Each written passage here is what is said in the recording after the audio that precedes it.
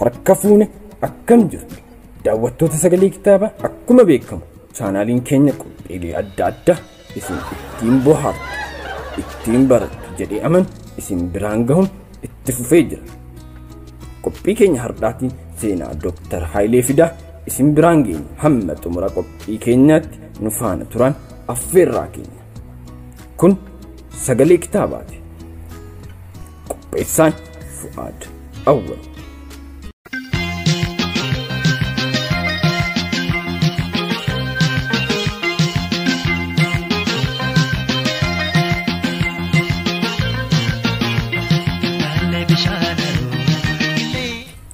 Hayilee Fidaa Wallaggaa keessa magaalaa Arjootti dhalatee Naqamteetti guddate. Hayileen barnoota sadarkaa tokkoffaa mana barumsaa Arjootti yoo baratu sadarkaa gidduu galeessa kutaa 5 hanga 8 ammoo Naqamteetti mana barumsaa yeroo sana mana barumsaa sadarkaa lammaffaa Hayilee Sillaasee tokkoffaa jedhamutti barate. Barnoota isaa ittuma fufuun sadarkaa lammaffaa Finfinneetti mana barumsaa Jeneraal Wingeetitti baratee qabxii olaanaadhaan xumure. Kana booda barsiisaa ta'ee qacaramuun Dadaritti waggaa tokko barsiisaa ture. Bara 1961tti Hayileen Yuunivarsiitii Finfinnee gale. Barnoota ji'ooloojii baratee qabxii guddaadhaan eebbifame. Dr. Hayileen barataa cimaa ture. Barnoota sadarkaa lammaffaa A10 fi B2 xumure. Yuunivarsiitii ammoo qabxii 4 fiduudhaan barataa kabajaa ta'e Great Distinction eebbifame. Erga eebbifamee booda achuma Yuunivarsiitii Finfinneetti Dipaartimentii Ji'ooloojiitti gargaaraa eebbifamaa ta'e akka barsiisaatti qacarame. Yuunivarsiitii Finfinnee keessatti erga waggaa tokko barsiisee booda barumsa digrii lammaffaa itti fufuuf gara Faransi deeme. Dr. Hayileen Faransitti jalqaba barumsa ji'oofiiziksii itti aansee waggaa lammaffaa immoo sooshoolojii baratee eebbifame. Hayileen sochii tokkummaa barattoota Itoophiyaa kan Yuurooppii keessatti godhurraan kan ka'ee fi mootummaa Hayilee Sillaasee waan balaaleeffatuuf paaspoortii fi iskoolaarshiippii isaa jalaa haqame.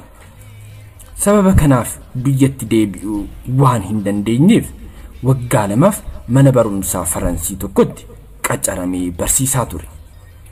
Itti aansee paaspoortii dhoksaadhaan imbaasiin Itoophiyaa kan Jarmanii kenneefiin gara Jarman deemee Yuunivarsiitii Hamburgitti waggaa lamaaf barsiise.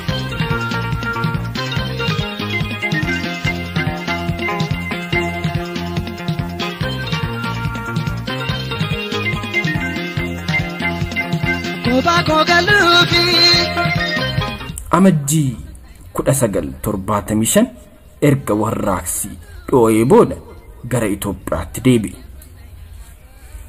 Yeroo Faransi turetti Hayileen Marxism Soviet fudhatee ture. René Lafort akka jedhetti Hayileen miseensa paartii kooministii Faransii ture.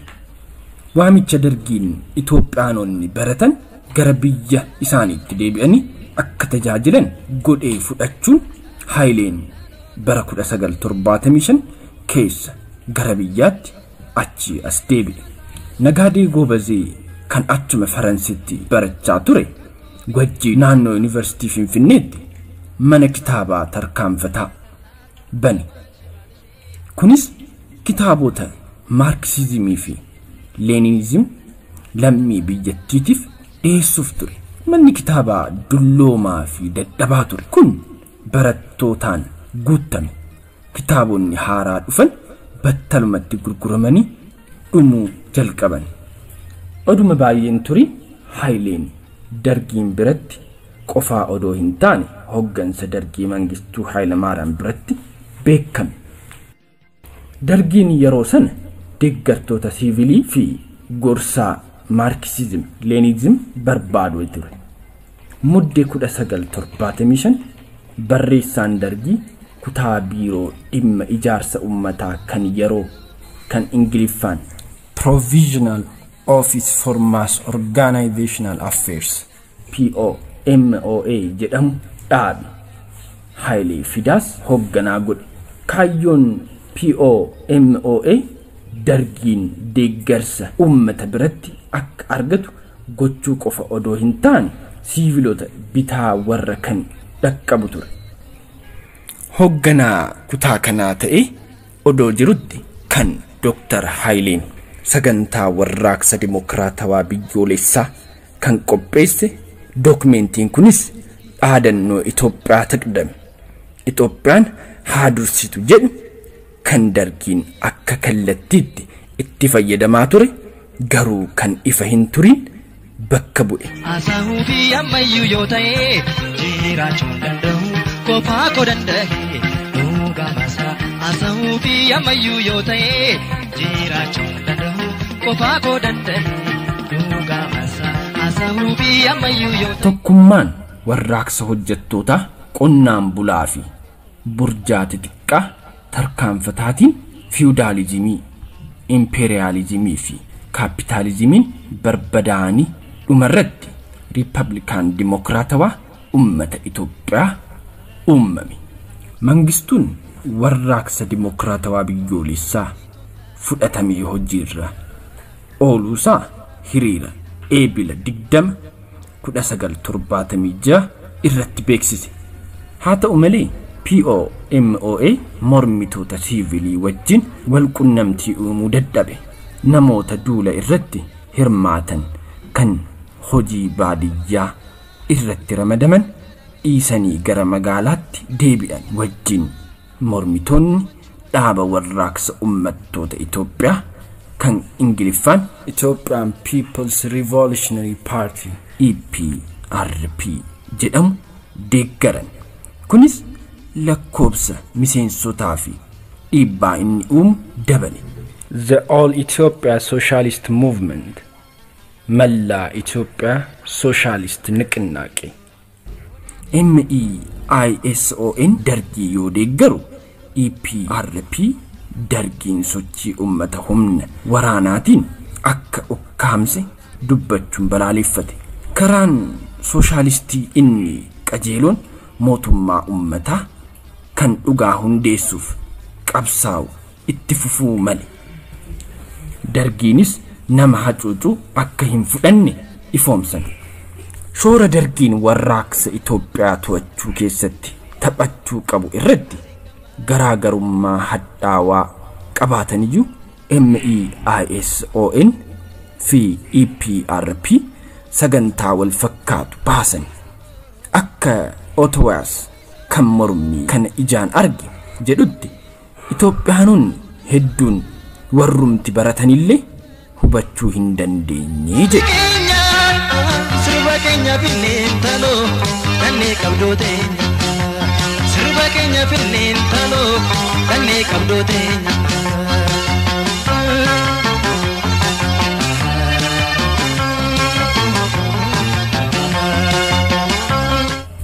Beektonni Itoophiyaa hunduu Marxism Leninism keessa of galchuuf dirqaman.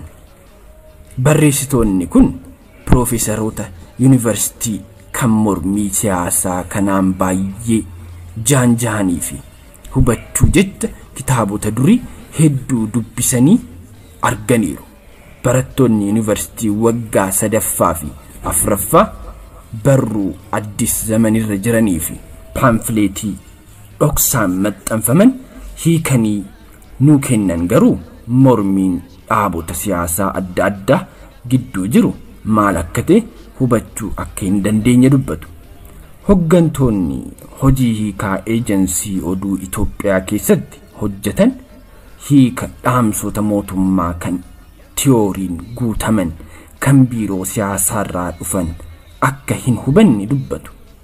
Haala kana keessatti Hailee Fidaa walitti hidhata dargii wajjin qabu cimse. Hagayya 1975 Haileen siyaasa habtee kan koree dhimma siyaasaa dargii ture wajjin rakkoo Eertiraa keessa jiru irratti biyyoota Arabaa 6 wajjin mari'achuuf bobba'e. Jechaan kan wal mo'uu dadhaban mormitoonni kun gara tarkaanfii humnaatti ce'an. Namni jalqaba tarkaanfiin irratti fudhatame Teewodoor Baqqalaa yoo ta'u, gaafa gurraandhala 25/1977 ajjeefame. Teewodoor Baqqalaa miseensa MEISON fi hoogganaa tokkummaa hojjettoota guutuu Itoophiyaa ture. Kun jalqaba goolii diimaa ture. Yeroo kanas namoonni 100tti lakkaawwaman yoo du'an mo'amuu EPRPtiin xumurame. Namoonni goolii kana jalaa bahan Finfinneedhaa gara Tulluu Asimbaatti baqatan. EPRP baqatuyyuu haalli jiru Hayilee Fidaafis ta'e MEISON'if hin fayyoofne. Adoolessa 1976 fonqolchi Mangistuu aangoorraa buusuuf godhame fashalaa'e. Sisaay Habtee guyyaa 3 booda gargaartota isaa 17 wajjin ajjeefame. Kana booda dhuma bara 1976 keessa mormiin Mangistuu fi MEISON gidduutti uumame. Kana booda Mangistuun miseensota MEISON kan mootummaa keessa jiran aangoorraa kaasuu jalqabe.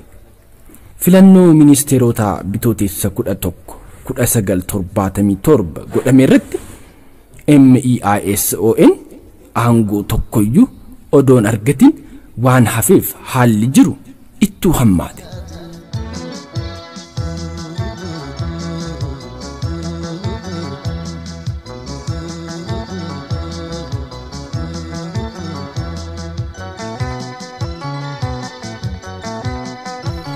Waxabajjii 14 hoggansi POMOA MEISON irraa fudhatame.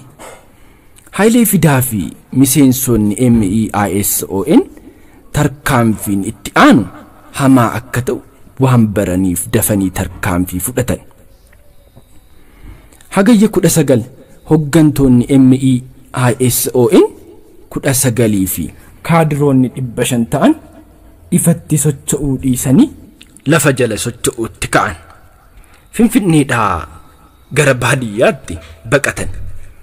Mangistuun haasaa guyyaa 5 booda godhe irratti MEISON balaaleffate.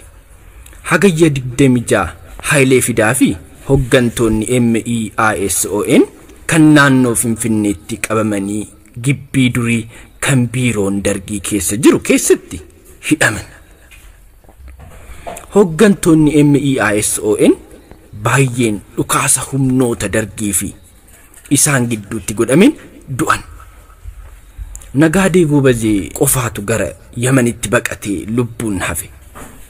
Hayilee Fidaa mana hidhaa keessatti yeroo dheeraaf hanga guyyaan geessee ajjeefamtutti haala hamaa keessa jiraachaa ture. Haalli ajjeechaasaa ifa miti. Garuu Andaargaachoo Xurunesh Hayileen erga hidhamee waggaa 2 booda bara 1976tti ajjeefamee jedhe. Hayileen dura taa'aa tokkummaa barattoota Itoophiyaa kan Yuurooppii ture. Dr. Hayileen qubee afaan Oromoo uumuu keessatti gahee guddaa qaba. Yeroo Yuurooppii jiru Hayileen miseensa garee barattoota Oromoo kan qorannoo irratti xiyyeeffatuu fi kan garee qorannoo barattoota Oromoo jedhamu ture. Gareen qorannoo kun barattoota Oromoo biyyoota akka Faransii fi Jarman, Sweden, tokkummaa Sooviyetii, Hangaarii fi Yugoslaaviyaa keessa jiraatan hammata. Gareen kun afaan Oromoo afaan barreeffamaa akka ta'uuf qorannoo bal'aa godhe. Haaluma kanaan gareen kun bara 1972 barruu qorannoo isaa kana kan language in Ethiopia Latin or Ge'ez for writing afaan Oromoo taataq 1972 maxxanse. Barruun kunis afaan Oromoo qubee Laatiniitiin barreessuun filatamaa akka ta'e bu'uura kan kaa'e ture. Qorannoo kanarratti Dr. Hayileen gumaacha guddaa qaba. Dr. Hayileen itti fufuudhaan qubee afaan Oromoo haaraa kanatti fayyadamuun kitaabota lama walitti aansuun maxxanse. Kitaabni inni jalqaba hirmaata dubbii afaan Oromoo kan jedhamu yoo ta'u qorannoo caasluga afaan Oromooti. Kitaabni kun kan maxxanfame bara 1973 magaalaa Paarisitti. Kitaabni inni lammataa immoo bara birraan barii jedhama. Seenaa gabaabduu Dr. Hayilee Fidaa jiruu isaa keessaa ishee xiqqoo asuma irratti murre. Yeroo biraa seenaa Dr. Hayilee Fidaa bal'inaan kan ilaallu ta'a. Har'aaf asuma irratti xumurre. Nagaan nuuf tura. Kun sagalee kitaabaati. Chaanaalii keenya like, share, subscribe gochuu keessan hin dagatina. Yaada viidiyoo kana irratti yoo qabaattan komentii jalatti nuuf barreessaa. Galatoomaa. Horaa bulaa.